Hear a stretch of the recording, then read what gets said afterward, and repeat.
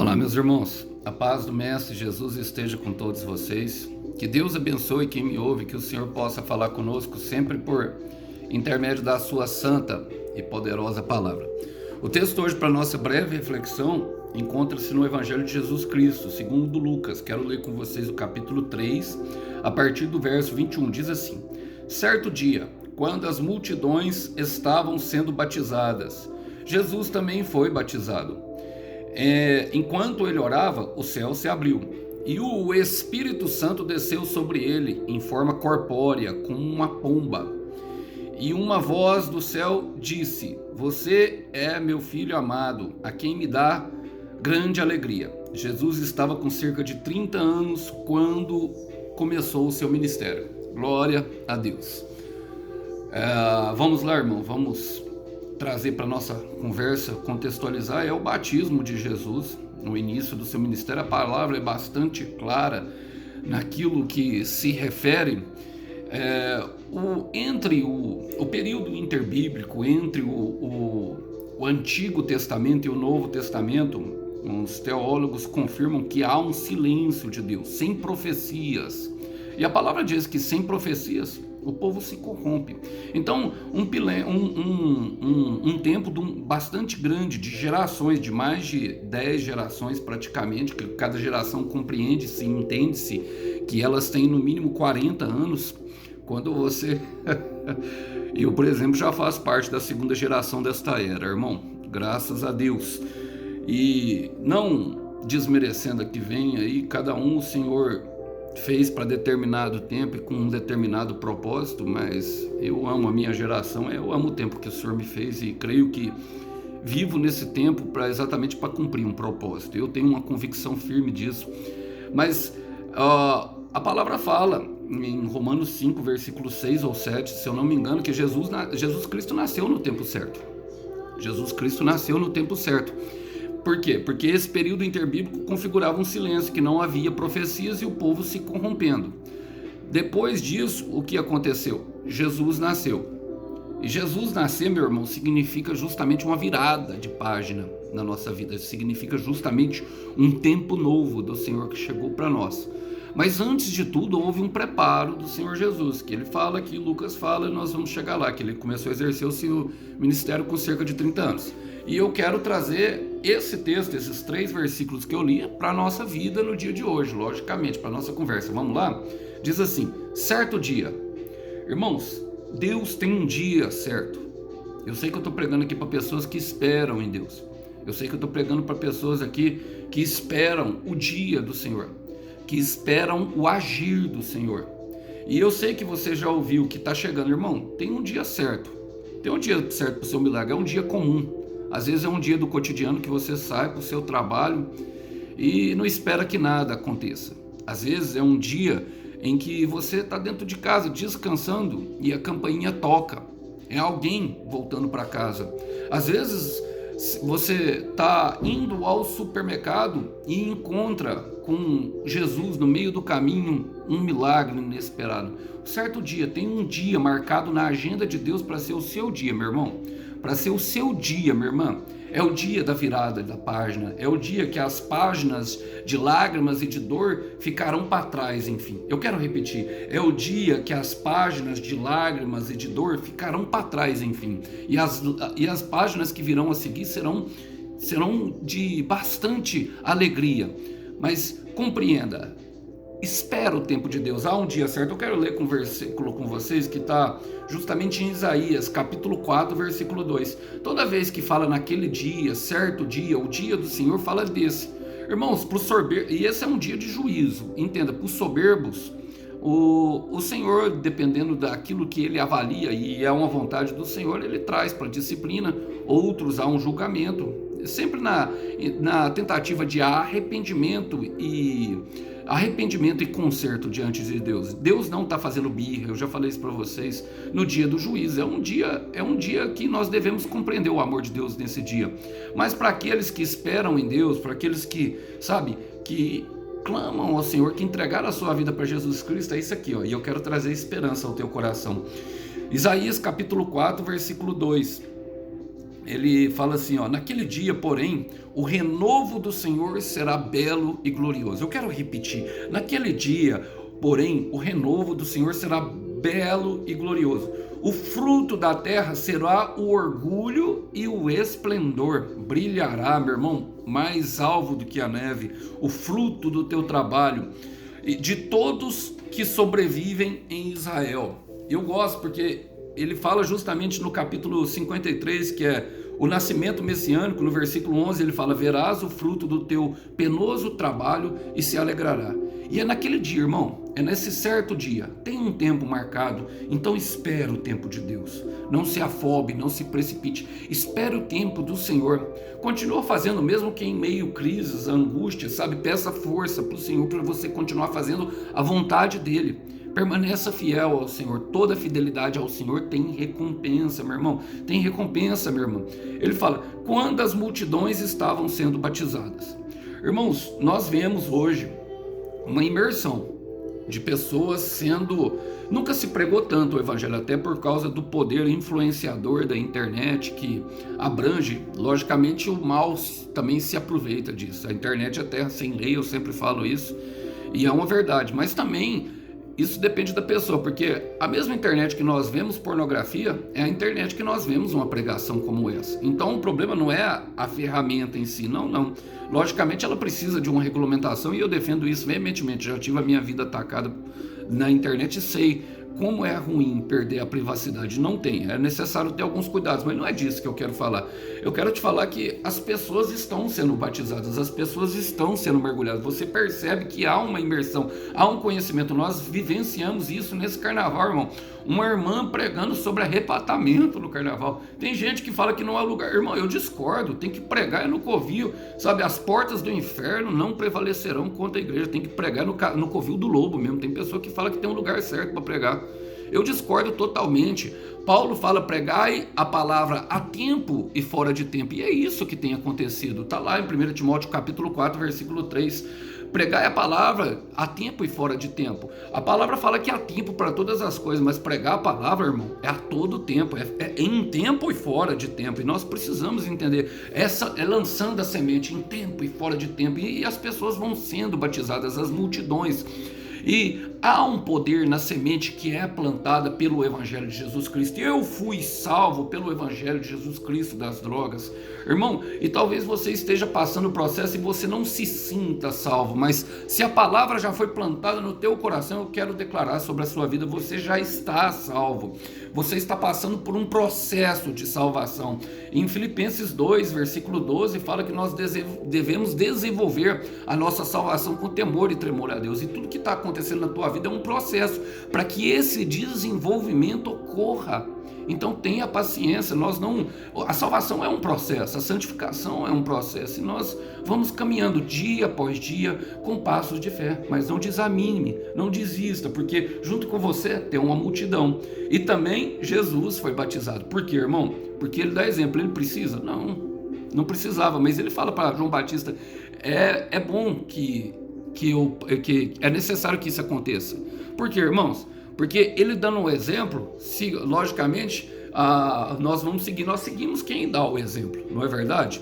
Uma pessoa que fala e não pratica o que faz, que não pratica o que sabe, ela não tem crédito com as outras pessoas. Nós sabemos disso. Eu, por exemplo, eu já fugi de muitas pessoas que falavam e não faziam coisa totalmente diferente.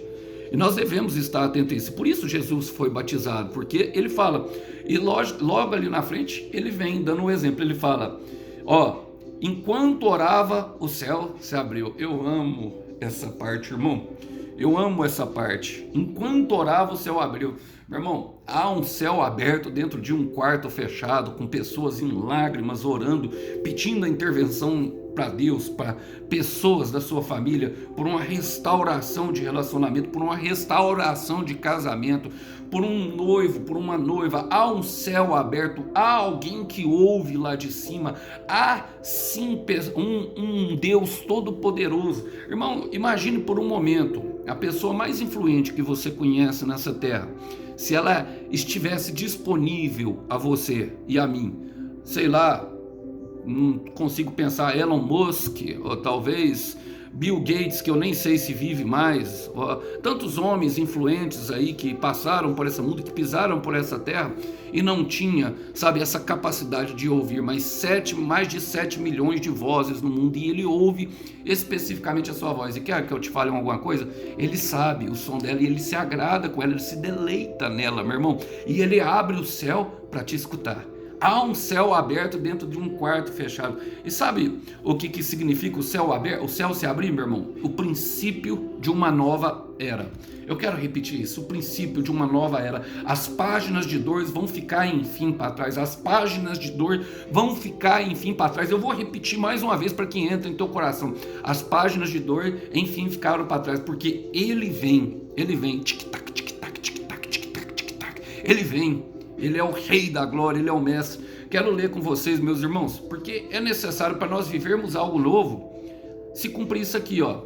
Foi justamente isso aqui que se cumpriu nesse momento. Isaías 43, ele foi o maior profeta messiânico. Eu li bastante ele hoje, vamos ler mais um. Isaías capítulo 43, versículo 18. Esqueçam o que se foi. Não vivam no passado. Vejam, estou fazendo uma coisa nova, não o percebem? Estou abrindo um caminho no deserto.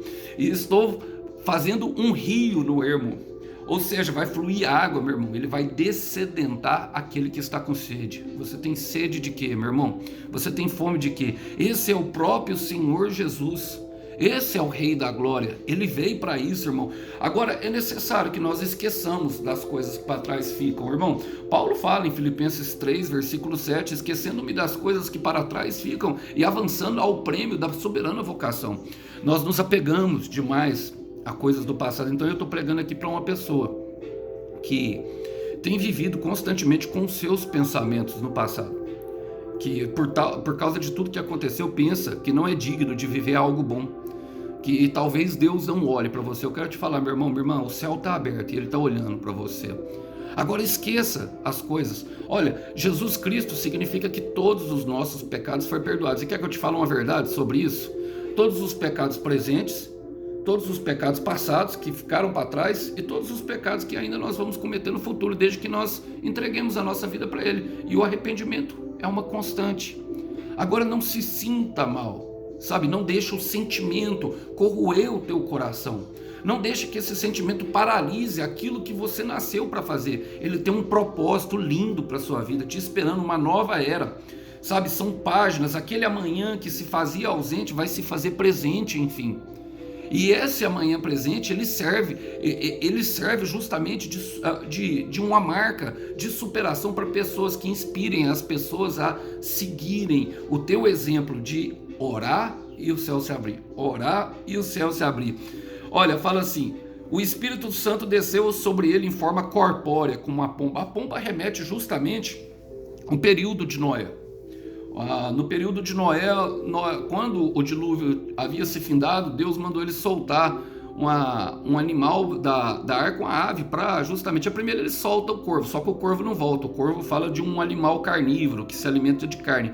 O pombo não, ele voltou com um ramo, justamente o ramo do renovo, remetia justamente esse tempo de paz. O Espírito Santo é Cristo em nós, esperança da glória.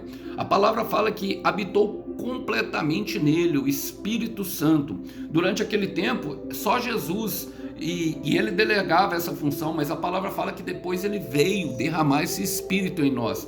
Em Joel 2, versículo 28, fala que no fim dos tempos ele derramará sobre toda a carne, sem distinção, meu irmão, sem fazer acepção. Isso quer dizer o quê, meu irmão? Que não haverá mais separação, não haverá mais, sabe, barreiras, não haverá mais fronteiras, não haverá mais limite daquilo que Deus pode fazer através de mim e em você, através de nós, em nós e através de nós. Sabe, é um momento de união, é um momento que toda pessoa recebe a visitação, e aqueles que desejam ardentemente, ele vai fazer morada. Deixa arder em teu coração, irmão, essa verdade, deixa arder essa verdade. Ele fala, sabe por quê? Olha que depois que o Espírito Santo desce, ele fala, uma voz do céu disse, e a voz nós sabemos quem é. Você é meu filho amado, que me dá grande alegria. Isso é o que Deus está te dizendo hoje, meu irmão. Você é meu filho amado, que dá muita alegria. Você é minha filha amada, que te dá muita alegria. Você já disse hoje, eu quero repetir, você já disse hoje, Deus me ama? Então vamos repetir, fecha os olhos e eu vou fechar com você. Deus me ama e eu dou alegria para Ele. Deus me ama e eu dou alegria para Ele. Eu quero repetir mais uma vez, Deus me ama e eu dou alegria. Deixa essa convicção invadir o teu coração. Meu irmão, você foi criado por um propósito, minha irmã, para um propósito, de um Deus que é ilimitado. E de que os nossos defeitos, as nossas pequenas coisas, que para nós é grande, eu sei, para nós é grande, dentro do nosso coração se torna grande, as tempestades internas elas são grandes, mas para Deus, irmão, isso não muda nada. Deixa eu te falar, ninguém pode falar para Deus quem é você, nem você mesmo. A opinião dos outros em relação a você com Deus, de religiosos, de pessoas, não muda. Você é meu filho amado que me dá muita alegria. Jesus foi o primogênito, foi o unigênito, mas ele se tornou o primogênito. Todo aquele que nele crê não perece, mas tem vida eterna. E em João 1, versículo 12, fala que todo aquele que nele crê foi o direito, ele lhes deu o direito de ser chamado filho de Deus. Então, baseado nessa palavra, eu quero te perguntar, meu irmão, você crê em Jesus Cristo com toda sua alma e todo o seu coração e que você é filho amado de Deus? Se você responder sim aí do outro lado da terra, essa palavra é para você. Você é meu filho amado, que me dá muita alegria. E fala, Jesus estava com cerca de 30 anos quando começou o seu ministério. Aqui, meu irmão, entra a questão da espera. Muitas vezes nós não temos paciência. Perceba que Jesus esperou 30 anos para entrar em ação. Eu quero repetir. Jesus esperou 30 anos para entrar em ação. E o maior problema do homem e da mulher, meus irmãos, nesse tempo de hoje, em que o ativismo, o capitalismo imputa que nós devemos nós devemos ter uma posição, nós devemos ter pertences, nós somos medidos por aquilo que nós temos. Esse ativismo, capitalismo que desperta em nós um senso de compras desenfreado que enriquece a poucos, vamos falar a verdade, e muitos são entregues a esse consumismo exacerbado, não somente na área do consumismo material, mas também vamos falar de estética e tudo aquilo que se vê nas redes sociais, despertando um comportamento de aparências, um comportamento aparental. Nós percebemos, meus irmãos, que as pessoas que têm paciências têm se tornado cada vez mais raras. E um homem e uma mulher paciente, ele é imparável. É como se ele falasse, um cara quer te ultrapassar, pode ir, meu irmão, já estou vivendo. Eu já estou vivendo, sabe? Eu já estou vivendo e vou viver eternamente. Tempo eu tenho de sobra. Então, sabe, aqueles que esperam em Deus, Deus olha com um olhar diferente para ele. Eu quero falar, aqueles que esperam no Senhor, o Senhor renova as suas forças. Isaías capítulo 40, a partir do versículo 28. Voam como águia e serão como os velhos, andarão e não se cansarão, serão como os mancebos, correrão e não ficarão exaustos, porque os que esperam no Senhor renovam as suas forças, irmãos. Esses são, o Senhor dá condição de nós irmos além, meu irmão. Então dê condição de Deus ir além. Como eu faço isso? Espera em Deus. Espera em Deus, espera um tempo. Olha, cerca de 30 anos, irmãos, cerca de 30 anos, o mestre, o Deus Todo-Poderoso que desceu na terra. E isso fala justamente da nova era que chegou, do novo tempo. O Senhor exercendo o seu mistério, a página virada. Logicamente, irmão, isso não exime de luta. O Senhor Jesus viveu perseguição, viveu lutas e guerras tremendas para estabelecer o princípio do reino de Deus aqui na terra. Mas eu quero declarar sobre você que está chegando um novo tempo sobre a sua vida. Está chegando uma nova era, a qual será, sim, de luta, mas que Deus lhe dará vitória em tudo, em que você pôr a mão e pôr confiança no Senhor e esperar o tempo do Senhor. Quero terminar justamente com Apocalipse 21, versículo 3, que mostra essa realidade para nós já bastante evidente nos dias de hoje. Você não é o que você tem para Deus, você é a sua essência, aquilo que Ele te vê já lá no futuro. E diz assim, no versículo 3, ouvi uma forte voz que vinha do trono, ou seja, vinha de um céu aberto, e dizia, vejam, o tabernáculo de Deus está no meio do seu povo.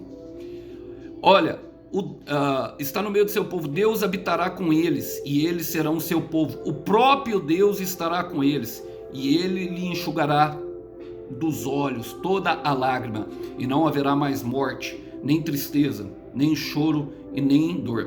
Todas essas coisas passaram para sempre.